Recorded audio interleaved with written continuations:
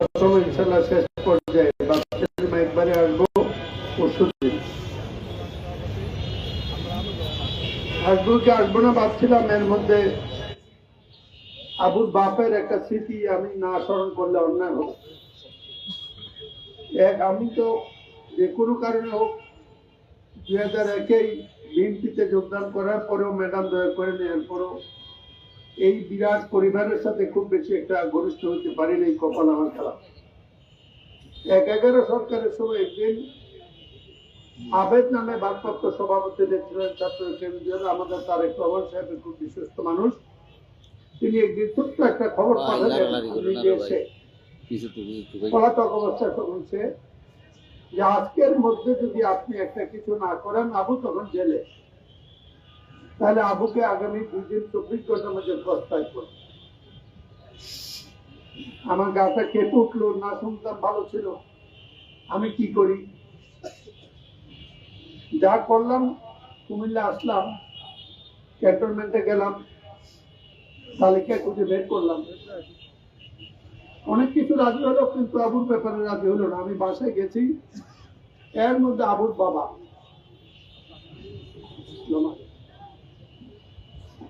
আমার এখানে উপস্থিত, আরো 2 জন রয়েছে। ওনার মতে সাদা সিধে মানুষ, ওনাকে বসতে দিলাম আমার পাশে, আমার পাশে বসবে না। উনি নিচে বসলেন যে আপনি কথা না দিলে আমি আপনার সাথে বসবো, আমার ছেলেটাকে বাঁচান না, আমার কি ক্ষমতা আছে। আমি তখন বললাম আমি গিয়েছিলাম আজকে, মনে হয় না পারবো। আমি বিশ্বাস করি আপনি পারবেন, আমি অনেক কিছু বলেছি। পরের ঘটনা, আল্লাহ পাক আবুকে রক্ষা করেছে। ছেলের জন্য এরকম ওজরে পানি 3 ঘন্টা ছিলেন, ওনার চোখের পানি বন্ধ হয়নি। আমার কিছু করি না, আমার আল্লাহ কবুল করেছে, হলো আমাকে উশিলা করে। আজকে সালাম বিদায় জানাতে এসেছি। ধৈর্য ধরো বাবা, তোমার জন্য অনেক কিছু করেছি। আমার দোয়া করবেন। দেখো আজকে থেকে একটু সুস্থ, কালকে থেকে ইনশাল্লাহ কাজ করবো, শুরু করবো। 15 দিন আমি পানি খেয়ে রোজা রেখেছি, পানি খেয়ে ইফতার করছি। বসে বসে কোরআন তেলাওয়াত করে 15 প্রথমটা আজকে শেষ হয়েছে। আলহামদুলিল্লাহ, দোয়া করছি ভালো। আল্লাহ হাফেজ। আসসালামু আলাইকুম। পরিবারের পক্ষ থেকে আজকের জানাজায় সকলকে উপস্থিত হওয়ার জন্য কৃতজ্ঞতা বক্তব্য রাখছেন কুমিল্লা মহানগর বিএনপির সভাপতি উদ্বোধন বাড়ি আবু।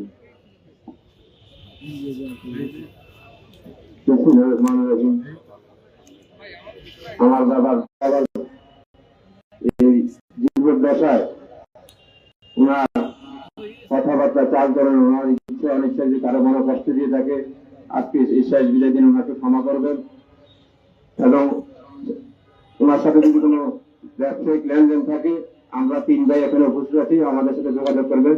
ইনশাল্লাহ আমরা চেষ্টা করবো যে কোনো লেনদেন আপনাদের যদি কোনো সমাধান থাকেন আমাদের সাথে যোগাযোগ করে আমরা তা শেষ করবো। আর আজকে শেষ বিদায় দিন আমি সকলের কাছে অনুরোধ করবো, সবাই দোয়া করবেন আল্লাহ যাতে আমার বাবাকে বিনা বিচারে জান্নাত দান করেন, এবং ওনার জানা অজানা ইচ্ছায় অনিচ্ছায় যদি কোনো ভুল ত্রুটি করে থাকে আল্লাহ যাতে ওনাকে ক্ষমা করেন। এবং আমাদের পরিবারের জন্য দোয়া করবেন। আমার মা অসুস্থ, হাসপাতালে ভর্তি করে এসেছি, সবাই দোয়া করবেন। সকলকে আবারও আমার পরিবারের পক্ষ থেকে কৃতজ্ঞতা জানিয়ে আমি আমার বাবার কথা বক্তব্য শেষ করছি। সকলকে ধন্যবাদ। আর আজকের এই